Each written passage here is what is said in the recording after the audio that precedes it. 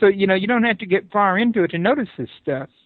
That's true. That was the way it was with me. I think I probably read about 3 or 4 pages of Genesis when I thought this is really ridiculous. But I did go on to read it, and as you said, there's so many abnormalities, let's say, in that book. And I can tell you that I don't think I've ever found a straightforward, honest statement in the entire book. And I've read it 2 or 3 times. Well, I've read it a couple of times and then read it another 3 times over, I'm sure, by going to reading, bits and pieces and chapters here and there.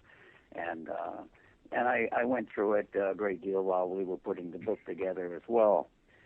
And it's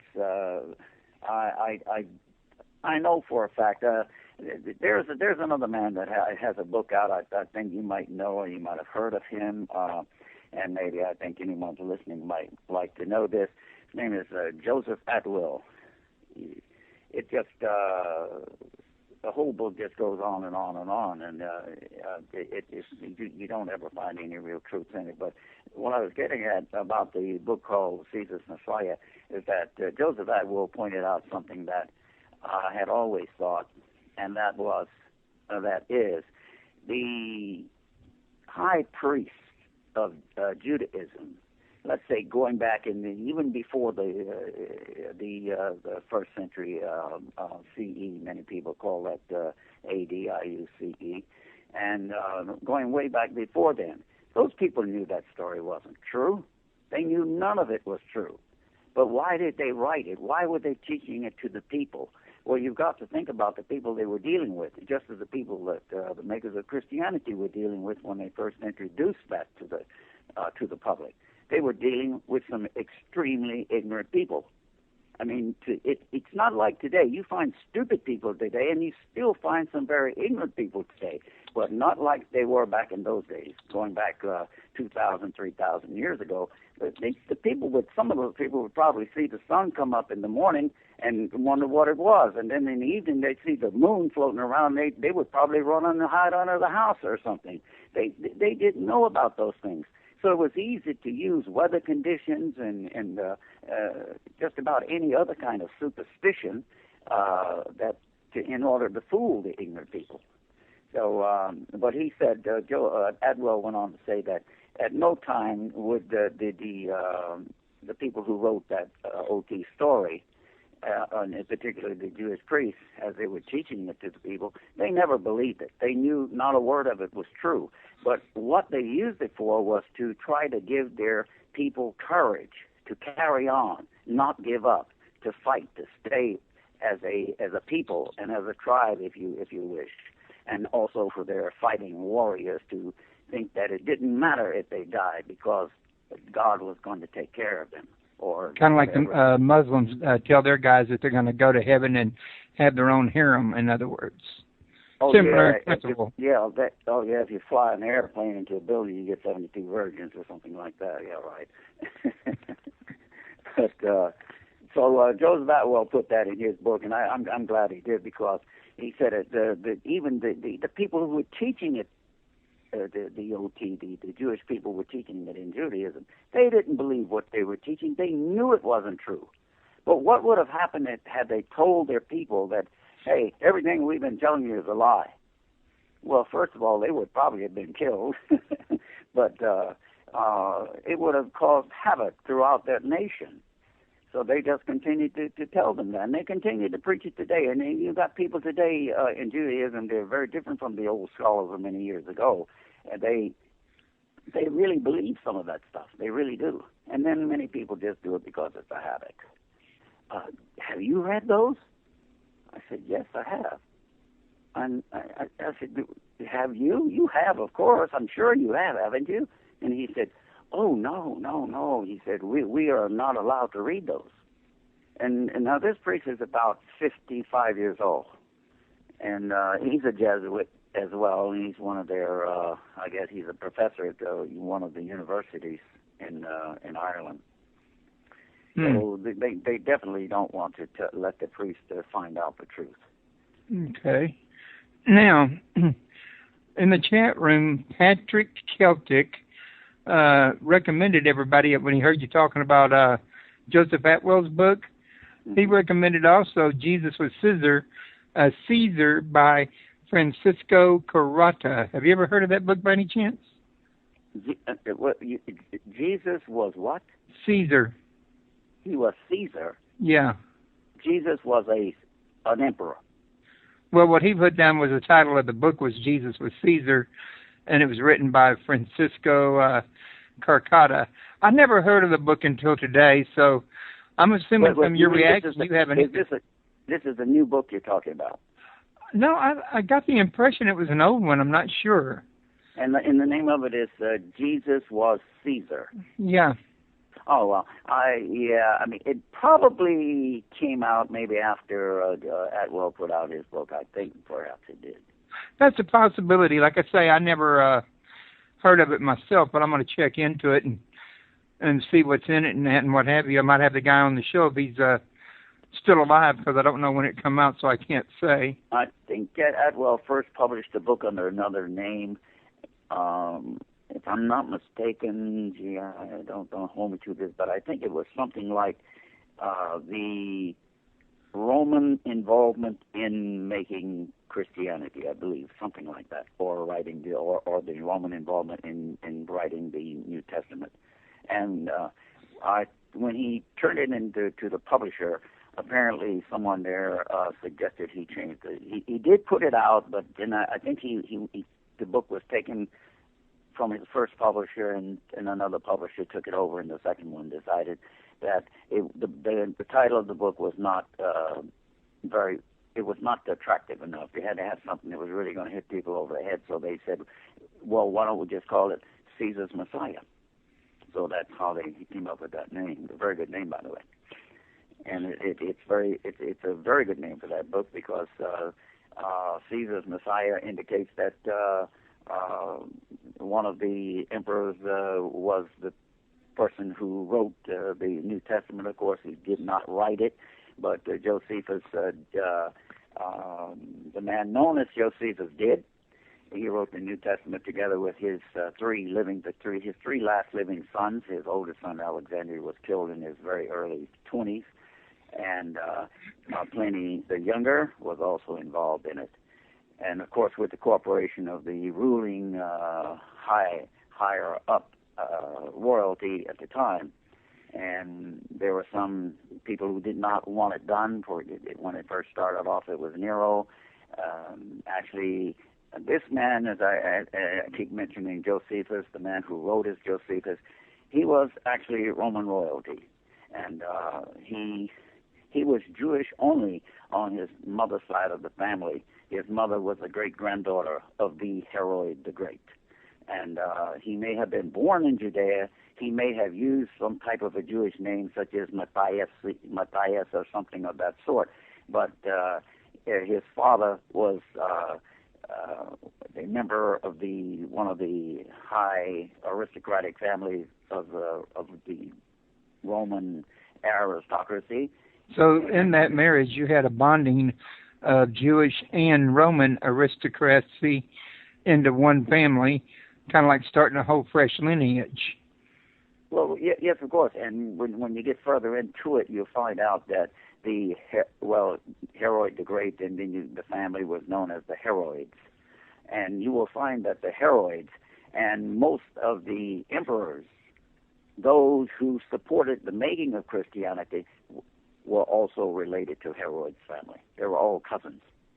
And I'm glad I heard you say that, because I have all my life pronounced it Herod. Herod, yeah. So now I know the correct pronunciation. Yeah, the family would be known, as a group, they would be known as the Herodians. And you will find that in the book of Romans as the youngest son of Josephus, the man. By the way, that man who wrote as Josephus, his name was Marcus Arius Calpurnius Piso. His father was a senator during the reign of Nero, and he was the one who wrote. And it could have been also his father as well. I'm talking about Josephus' father's grandfather. Father.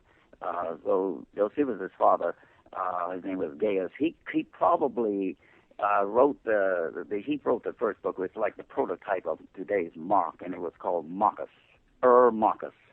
I believe in German it was just called Q. And I think the book came out sometime probably in the early 60s CE. And the idea was that, and this other individual, Seneca, people who know ancient history, you will know the name Seneca. He was a historian, a very, very talented man. And if you were to read what he has written, then you would be reading how to make a Catholic Church and how to do all the things that are done in the Catholic Church today before the Church was ever made. And so when they wrote this book, Marcus, they wanted to pass it on because to the Judeans. Now, people want to ask me many times, why would they do that? Why would they write a book and give it to the Judeans and say that God, their God, the Jewish God, had made a son and they should change and worship that son? Well, the problem was that at the time, if you study the history very closely, you'll find out at that time, many of there were probably somewhere in the neighborhood of about maybe 10 to 15 million Jews at that time, and because so many of them had been killed off by the Romans just by the millions, but they had nothing in Judea anymore. Rome had stripped it completely bare. You know, they had taxed the people just out of house, home, and everything else. And the ones that were the men that were strong enough and healthy enough, yet they just hauled them off and put them into gladiatorial combat, or just fodder for the guys who really know how to kill people, I guess. But the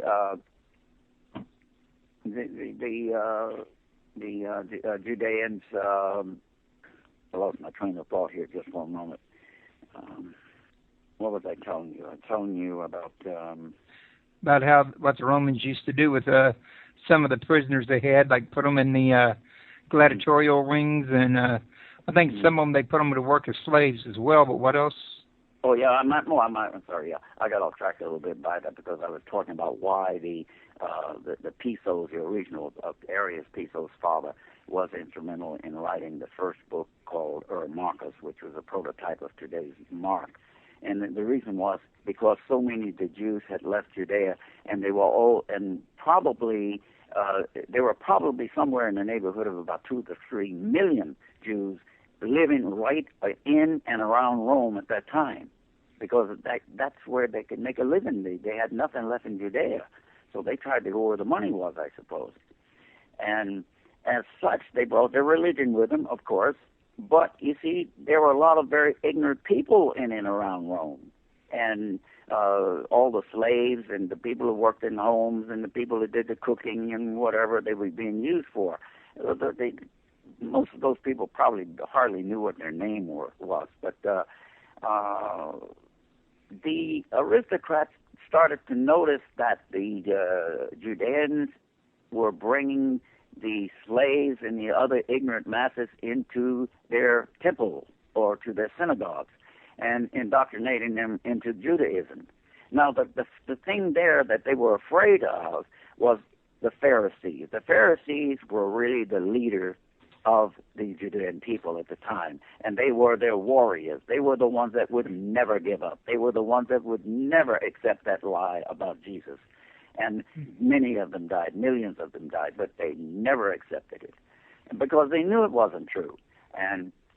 But they became afraid. The Roman aristocracy became afraid that if they had enough slaves, and some of those people were in the Roman military, if enough of them had converted to Judaism, from whatever else they might have been believing in before, then what would happen if a war came along again between Rome and the Pharisees?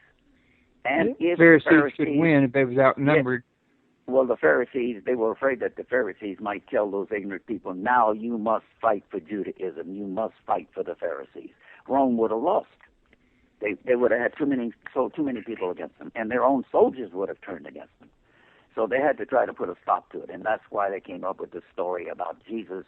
And the idea for this was to pass it to the Jewish people and have them, believe the story, and for them to say, oh, well, now Jehovah has had a son, and now he's transferred the power over to his son, so now we should abide by what the son wants us to do.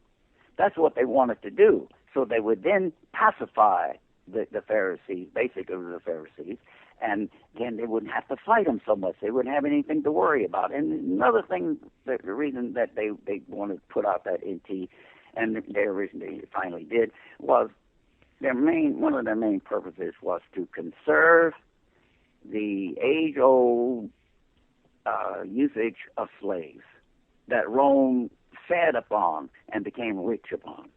And they did not want to let that go. But the Judeans hated that, and they wanted to destroy slavery. But the Romans did not want that to be done. And all of those wars that came about between the Romans and the Jews, they were all, these wars were instigated and provoked. They actually provoked by the Romans. Arrius Calpurnius Piso himself was in the year of 70 CE. He was at Jerusalem tearing down the temple together with Titus, who later became Emperor Titus. That was Vespasian's first son. And that's why he knew so much. And if you read his works, you read it, and it's like as if you are right there. And how could this man know such details by just writing a story and not having been there? He was there all the time, and he was involved in doing a lot of the things, or most of the things he wrote about in his works, about the Jewish wars. So that's the reason why he knew so much about it. And then he turned around, and what is in the NT, you will find it in his writings, in the Jewish wars and in the Jewish antiquities. It's a little bit different, but it's the same. He got it all from the war. It's like comic parody of the Great War. That's what it really is. Well, I think one of the things we might want to mention to the listener to, I think, intermarry somewhere, and gradually over some years they got right. More I'm just saying what you're talking about happening with the Etruscans and the Romans sounds like a repeat of that. yeah. But the Romans actually, what they did, they just came in and completely took over. They just attacked the Etruscans and took away all their rights and told them, now you will be Roman and you will no longer live as you did before. You will live according to our rules. So that's how that came about. But in talking about the first book of Mark, when Arrius Calpurnius Piso, a.k.a. Josephus, his father, he wanted to pass that book to the Judeans. And he apparently had already started, because there are things that indicate in history that Nero found out that he was what Josephus' father was doing. And, well, he knew about it, and then his girlfriend, Nero's girlfriend, who was also a Jewish lady, she learned about it. And apparently some Jewish group or some, maybe could have been a Jewish priest or whatever, came to her and asked her help to please ask Nero to stop this. Do not let our people be indoctrinated into this new belief, about Jesus. And so she went to Nero and begged Nero to not allow that book to be spread to her people in Judea or anywhere else. And, why Nero didn't just say, mind your own business, I don't know, but he didn't, and maybe he was in love with the woman, I don't know, but that's when he decided to do some investigation, and he found out who was behind it. And then he went to, the leader of that group was, of course, Josephus' father, Gaius Calpurnius Piso, and he instructed him to cease and desist. And I guess he said okay, but a little while passed, and Nero found out that the man was still trying to push that new religion into Judea, and that's when he told him, take your life or I'll take it for you. You better do it yourself, because I think you're not going to like the way I do it. So he had Seneca and Aries Calpurnius Piso, a.k.a. Josephus's father, both had to commit suicide. And he took the family, the women of the Calpurnius Piso family, and he moved them out away from Rome into Turkey. But he did, and it's strange that he did not kill the boy who became Josephus. He did not kill Arius. But I think in reading that it was something about that attracted Nero to Arius is because he was highly intelligent. And I think that Nero had discussed some issues with him, and maybe that young Arius at that time had given Nero some very good advice, not knowing that he was giving him good advice to put his own self into a trap, where later Arius Piso would have the privilege of having Nero's, scribe, Epaphroditus, kill him. Nero did not die a natural death. He was killed. But that was hidden.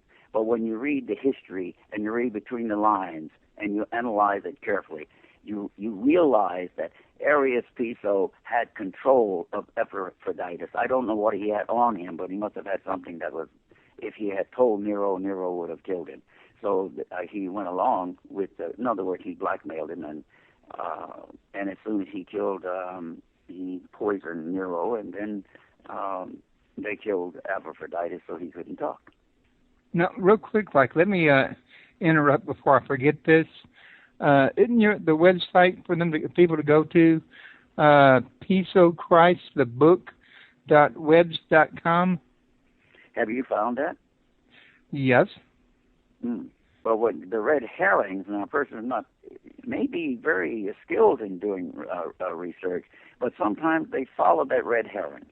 And I think Adwell did that for a while too. And because that is one of the reasons why I think Adwell never really found who Josephus really was. He mentions Josephus in his book, but he never comes out and says that Josephus was Arius Calpurnius Piso. And he has other ideas. I think he did not do enough research on Josephus. But he was basically got the idea to write his book from Josephus's work. So I think he didn't want to confuse anyone with coming up and stating that Arius Calpurnius Piso was Josephus. So that could be a reason why maybe he never really said that. He mentions Josephus, but he never says Josephus was not his name. His name was Arius Calpurnius Piso. So, but we did in our book, Piso Christ, and we explained all of the various names. And are you about ready to go on break now? Sure, that's fine. Okay. Well, okay, we'll just skip ahead. And then who founded Christianity was the one and only Arius Calpurnius Piso, a.k.a. Flavius Josephus. He was the leader. He was the founder. He and Pliny the Younger and Flavius Josephus's third son, Justus Calpurnius Piso. Justus Calpurnius Piso was a spitting image of his father in all of his actions and everything he does. When you study more about the man known as Flavius Josephus, who was actually Arius Calpurnius Piso, you will find that you're dealing with probably the greatest psychopath the world has ever known. And his son, Justus, was the same way. These people actually hated other people. They had no use for people. And everything was for them. And yes, he did find Christianity. It was about the year 96 when the last or third Flavian emperor was killed. That was Emperor Domitian, who was the second son of Vespasianus, Titus's younger brother. Titus did not hold the emperorship but approximately 2 years, because he died some type of fever he must have picked up in one of his military combats someplace. And then his younger brother Domitian took over, and Domitian, while he did some good things, he was also a very terrible leader and did some very terrible things. He also, you dig into ancient history more, you'll find that Titus and, of course, Vespasian's brother was a grand uncle of Arrius Calpurnius Piso, a.k.a. Flavius Josephus. So he was related to all of those royal people. And Titus, when he became emperor, he was very, very close to Arrius Piso, or Josephus, if you like. And in those days, of course, you didn't have radio, you didn't have cell phones or fax machines or motion pictures or anything else, and like we have today. So most of the people in the Roman Empire had no idea what the Roman emperor looked like. Anybody could have walked up and said they were Titus or they were Vespasian, and they wouldn't have known. So there are many times that you'll find in history where it states that Titus said this, and Titus was here, and Titus was there. That was not actually Titus himself. It was Arrius Calpurnius Piso co-ruling with Titus, who was traveling on behalf of Titus, pretending to be Titus. So, but when Titus died, Domitian, his younger brother, took over.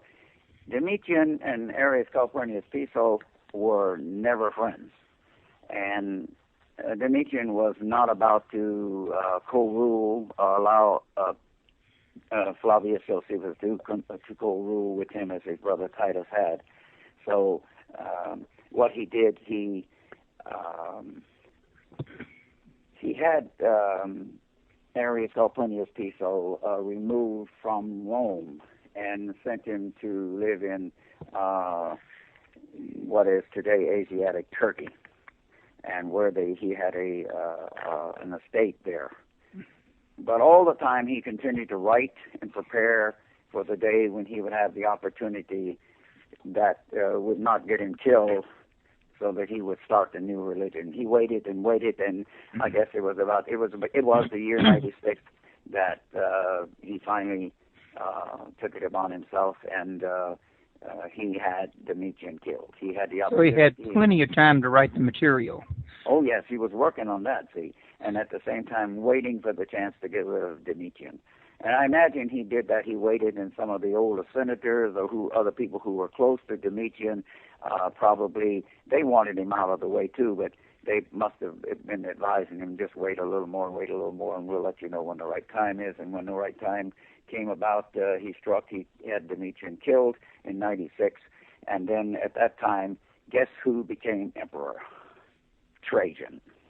And what was Trajan? How was Trajan connected to Josephus? Josephus was Trajan's father-in-law. He married Josephus's daughter Phoebe, and she is the woman that is talked about and lauded and respected so much in the book of Romans. When they talk about the lady in the book of Romans, they're talking about their sister. The writer is talking about his sister, because the writer of Romans was Proculus Piso, the youngest son of Arrius Piso, and he's talking about his sister. But when Trajan took over, at that time, it is in history, reading history, you begin to realize that now Arrius Calpurnius Piso and his family controlled the known world. They controlled everything, because Trajan would not do anything to upset the old man. He was too dangerous. He knew it. And so Trajan just went about doing his work, and he was a good emperor. He did many good things for his people, and he allowed, of course, Arrius Calpurnius Piso, a.k.a.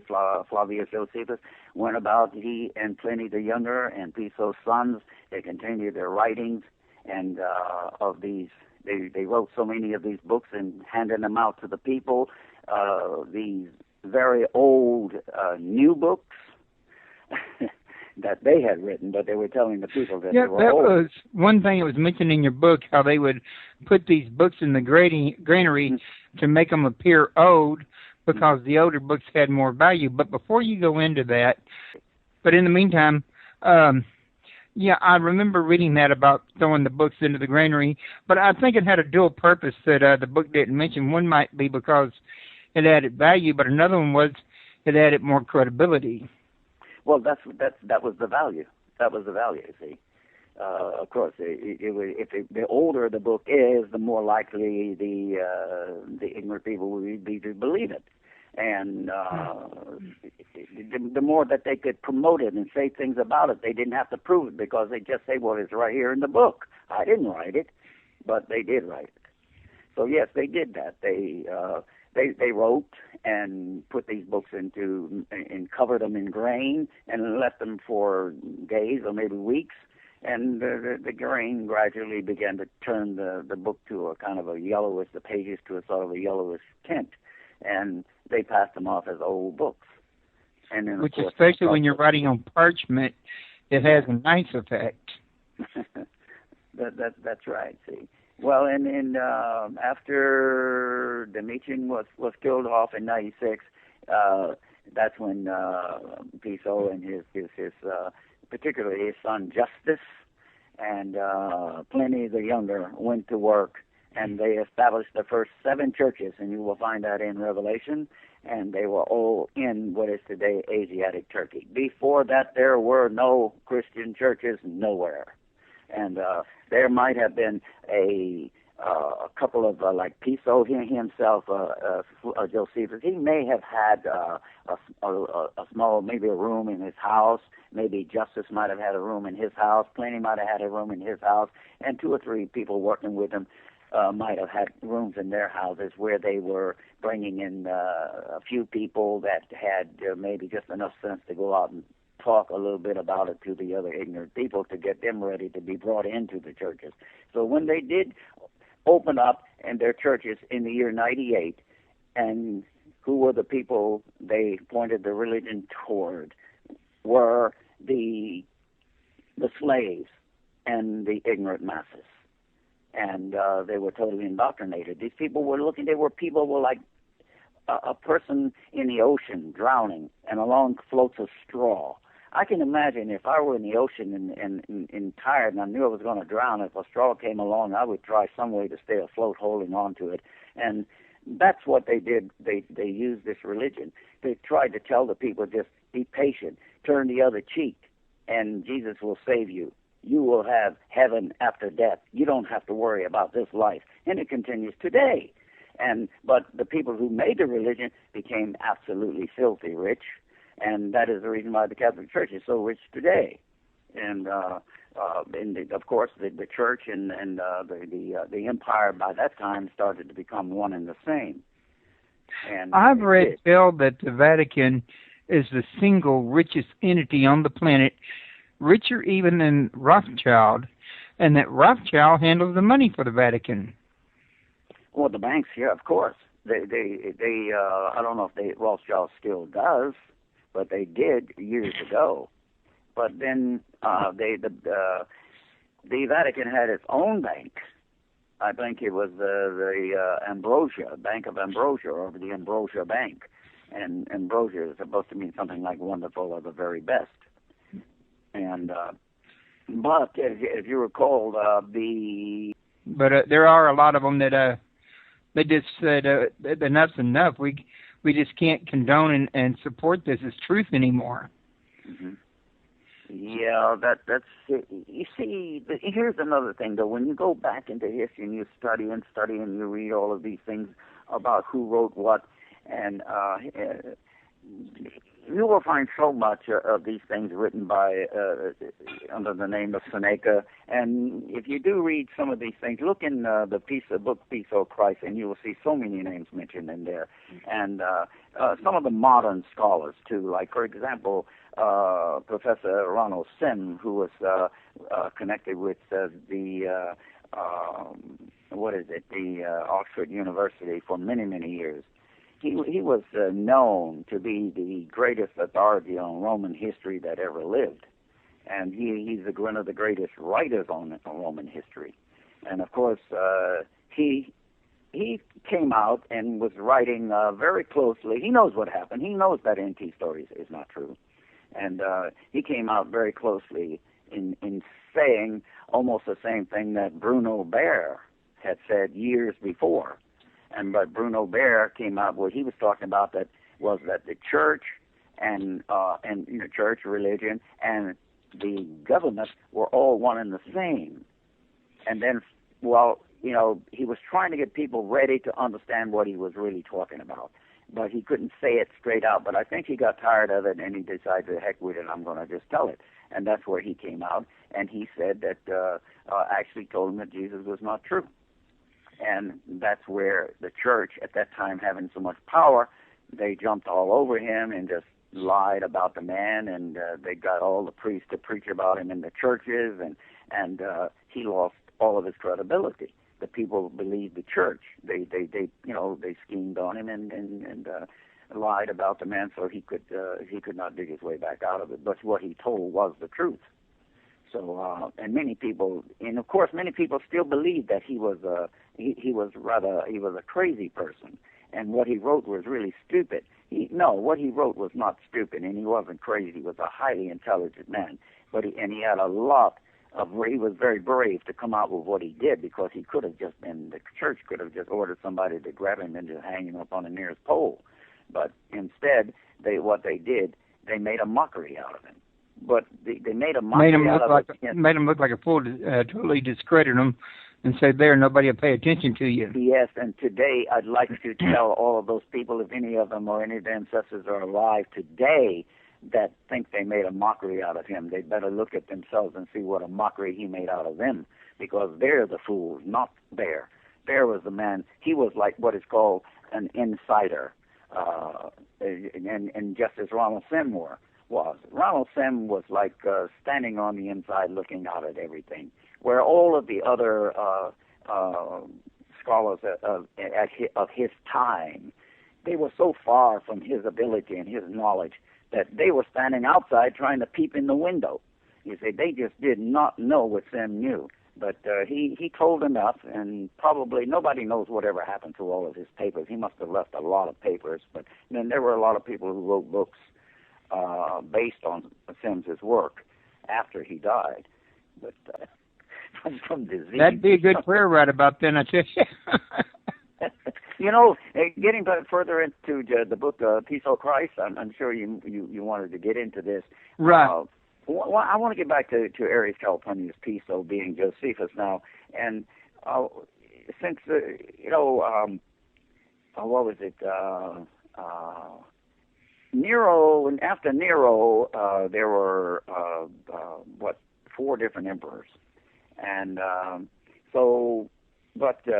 finally Vespasian was the man who took the emperorship, and Vespasian, since Arius Piso, who was known as wrote as Flavius Josephus. And he was chosen. This man was also a military man, by the way. Josephus was. This man, he was any and everything you wanted to mention. I mean, he was a lawyer, he was a writer, he was a leader, he was a general in the Roman army, and he was the general at the time he was tearing down Jerusalem and the temple with Titus in the year 70. But when Vespasian came on the scene and took over the emperorship, he sent Piso, or Flavius Josephus, Arius Piso, to what was called at that time Pannonia, which was today would be Germany and Austria, in that area, and as the governor. Well, he was the governor and the military commander of the regiment that they had there. But as Vespasian was in Judea with his son Titus, and they had sent word from Rome that the military to Vespasian, that the military has sided, and all the military leaders had decided that Vespasian should come to Rome and assume the leadership as the emperor.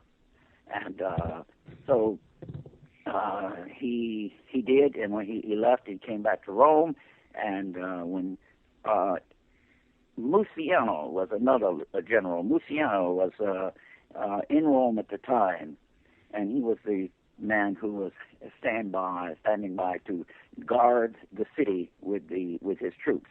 And Muciano immediately sent word for, excuse me, he sent word for Arius Piso, Josephus again, who was in Pannonia, to immediately report to Rome and to give his command to some other general. And he came to Rome, and at that time he took over the command of the Roman guards to secure the city for Vespasian's arrival.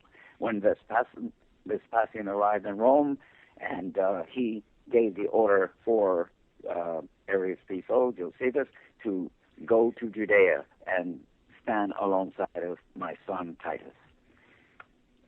And he did that. But now going on further, this man, Arius Calpurnius Piso, you will find him, he wrote under many names. There's a name that you probably, I know you saw, Epictetus, and that was actually Josephus, or Arius Calpurnius Piso. He wrote under so many names. He also used the name Montanus.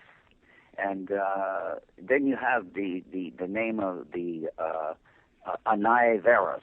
The Anaevarus was also a name that he made up.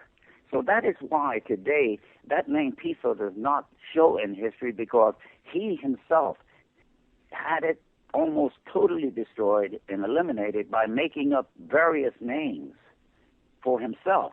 And his family did the same thing. Even his own sons used different names.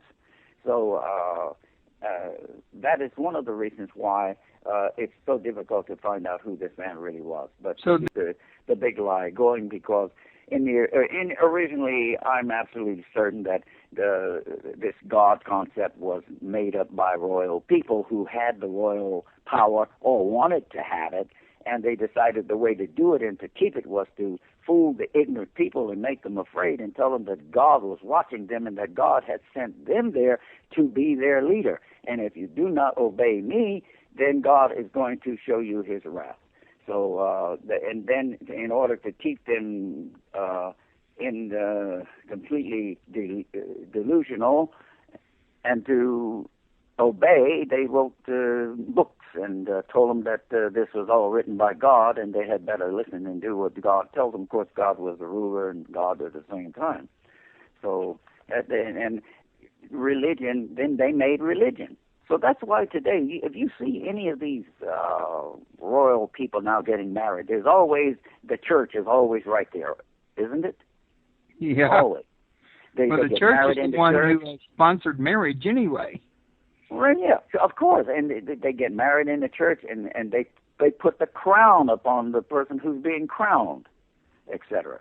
So, so they're all working hand in hand. They're helping each other. The church needs the royal family. The royal family needs the church. But today, I think the royal family needs the church a little more than the church needs them. But this guy, Arius Calpurnius Piso, wrote under very many, many names. There's no telling you, if you read this book, Piso Christ, you would be astounded at the number of names that he used. That's why his family name changed. And, for example, Suetonius. Suetonius was another writer, a magnificent writer. And he is one of the people who actually mentioned Jesus. But it was anybody who mentioned Jesus, like Flavius Josephus and Suetonius and I believe Pliny, those people mentioned it because it was to their advantage. They were promoting the lie. That's why they mentioned it. They were advertising it. They were trying to make Jesus seem to be real. Right. So, Suetonius was he who actually, that was not his real name. His real name was Antoninus Pius. Okay. Antoninus Pius became emperor. He was emperor. And guess who his grandfather was? None other than the same Arius Calpurnius Piso, a.k.a. Flavius Josephus. And was Marcus Aurelius, was emperor after Antoninus. And guess what connection Marcus Aurelius had to Josephus, a.k.a. Josephus, the Arius Calpurnius Piso. Marcus Aurelius was a great-grandson of Arius Calpurnius Piso. You see, after they took over, when they killed Domitian and Trajan came in, they took over and they never turned that power loose. They continued to maintain that power. So, when the hordes came over from the Middle East and raided Rome, I'm sure that they took all of the money they had and put it into the church and hid it so it wasn't stolen. That's one of the reasons why the Catholic Church is so rich today. But of course, that money was all part of the family money. And who knows where it all went. I mean, the church itself, right there in Rome, probably makes more than $400 million a year, and just in Rome alone. Well, that's a lot. Yeah, and then that one church, and just in the Vatican, they make $400 million a year. They don't pay any taxes. And do you know that the one thing you said is the Catholic Church is one of the richest organizations in the world? And I believe that the Catholic Church is the largest single land owner in the United States. I've read that. Now talking about the lineage coming from Arius Calpurnius Piso, a.k.a. Flavius Josephus, and that Suetonius, the man who wrote as Suetonius, was actually Antoninus Pius, who became emperor. He was a grandson of Arius Piso. And then following him was Marcus Aurelius, and Aurelius was a great-grandson. And all of those people who wrote as church fathers, they were either his sons or his grandsons or his great-grandsons who wrote all of those so-called church fathers' books and records and information for the church. They wrote commentaries, all of it. Every bit of it, they wrote it. The Apocrypha, the Septuagint, everything they wrote themselves. And all of it was written by those people. And something else I was going to, this man, Antoninus, who wrote as Suetonius, he was, as you can see, he called himself Antoninus Pius. He never mentioned Piso. So he not only, at the time he was emperor, he was also Pope of the Church. Pope of the Church and emperor at the same time. And I believe he may have been the first emperor and maybe the last that held both of those positions at the same time. Because it was his family's business. It was their business. He wasn't going to turn it over to some yokel to steal from them. They wanted to do all the stealing themselves. So, but there is a passage I see online on a regular basis. I can't remember who it was that said it was one of the early church fathers or one of the popes. It said, "Oh, how profitable this myth or this fantasy about Jesus Christ has been," or something to that effect. I believe that would be Pope Leo X, I think. Yeah, that sounds right. Yeah. But you got to realize there's a clue to us people here, you and me, everybody that's listening in, that if a pope himself said it, then you guys are probably onto the real truth of the matter. Of course, they all knew. They all knew. They were related. These people were all related back to the Piso family, and to the man known as who wrote as Flavius Josephus. They were all related to him. They were descendants of that tribe of people of that heritage. So they all knew. But this Pope Leo was talking to his, I believe it was a nephew, who was at the time a cardinal himself, and mentioned to him that how well we have done with the myth of Jesus. something to that effect. Yeah, another note that I would personally like to make sure people get that I didn't see you cover yet is the fact that even Constantine, the guy that finally legalized Christianity, was also a member of the same family. Absolutely. Yes. He was. I was just getting onto something like that. I'm really not prepared to speak on that right now. But Constantine's brother was one of the people who was very much involved in that church business. And but Constantine, don't fool yourself.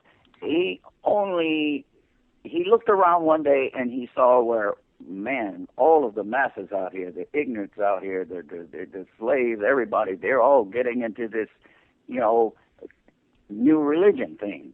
So, well, he figured, well, that's not going to bother us, but maybe we should get everybody involved in this, and then we can get them all to fight for the empire. You see, so it was a political move that he made when he called that meeting for the meeting of Nicaea, where they decided what was going to be put into the Bible and what was not.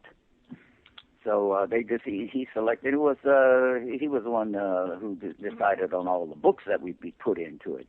But I believe there was a couple of emperors after him that actually decided that Christianity would be the actual religion of the Roman Empire. But that emperor you were talking about, he was never a Christian. He didn't believe in it, and he only did it as a political gambit. That's all it was. Okay. Now, I wanted to let you know that Patrick in the chat room said the actual quote was, this Jesus myth has served us well. And I brought that myth up, that quote for a reason, because you say, and Roman Piso both say, y'all call this a Jesus myth or a Christ myth yourself. So y'all are using terms that was already used by Pope Leo, in other words. Christ myth? I think y'all called it y'all said it was a Jesus myth, or y'all said the New Testament was a myth. I'd have to go back and reread it. I've done some other reading since then. In the book Piso Christ? Yeah. Christ myth? I believe I remember y'all talked about Christianity being a myth, or the New Testament books, or the story of Jesus being a myth. I don't know. I don't recall that being there, but it might be in there. I know there are a lot of different things in there, but the book is not very big, but there is a lot of things in it. And I do hope to take this book one day and rewrite it and expand upon it and make it about 3 times its size. And then we have much more material that we're working on now, and hopefully we can have other books coming out. And the one book that I really that we already decided on the name was, I think, and Roman has been working on this for several years, and I've been corresponding with him about it. And the name, I think, will be the Synthesis of Christianity. So it goes very, very deep into how the church was started, and even farther back into the ancient times. So. Well, you're going to come back on my show here and tell everybody about it when it comes out, aren't you? Oh, definitely. I certainly will. When I find out any more about it, you'll be one of the first people I will notify that more information is out, and it's going to be under the name of such and such. And you let me know when you've got room for me to come on, and I will lock up all my dogs so they won't make noise. They're not making any noise right now because I've got them all. I've got towels wrapped around their noses. Okay, well, I'll do that. But right now, they're fixing to drown us out with music, letting us know it's the end of the show. Thank you very much. I really do appreciate this. Yes, and I do appreciate it too, and I thank all the people who are there and everyone who's listening. I hope that you have at least learned a few things today, and I thank all the people who wanted to help me with the Monaco thing. Thank you very much. Thank you very much, Roy. Thank you. Bye-bye.